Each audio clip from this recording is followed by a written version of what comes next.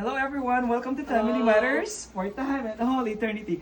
Guys, kagaya kagabi, sinabi namin, umulan ng niyebe, nag-snow. Kaya right now, ito po ang buhay dito po sa Calgary, dito po sa Canada pag winter. Okay? Kinakailangan nating Shovel. shovel, yes! Right now you see it's really foggy. It's the first time we've ever seen like this fogginess. Yes. In Baguio it's not that foggy, but here Guys, time check, it's 7 a.m. today. So, kailangan mag-shovel. Guys, kung titignan nyo, mabuti na lang hindi gaanong malakas yung snow kagabi. Kaya mga, I think, 2 inch lang or 3. Kasi, inches. So, last time, kasi, umabot ng, I think, 7 to 10 inches yung kapal. Kaya, as you can see guys, dito, sobrang dami na nagiging yung bundok na. Pwede na tayong gumawa ng snowman, guys, right? Yan. Mabuti na lang, meron tayong this one. Medyo malalaking pag-shovel para mabilis. Punong-puno yung parking area. Pero yung iba kasi, meron silang heater yata sa mga parking area nila, kaya hindi na namumulo yung snow.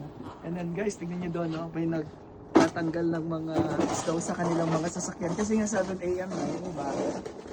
Papasok na rin sila sa mga work nila at school yung iba. And mamaya pala guys is Wednesday, kaya it's our Wednesday sa Tampa ni Mami. Okay.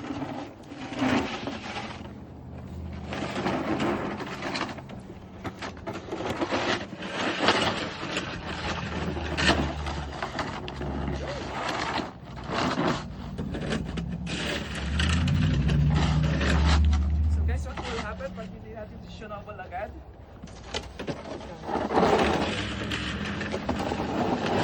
Titigas kasi itong snow guys.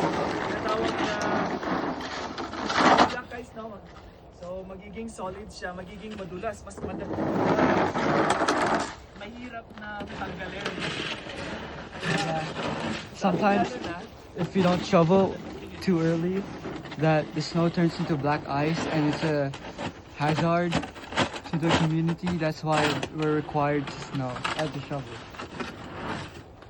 Ayun guys, so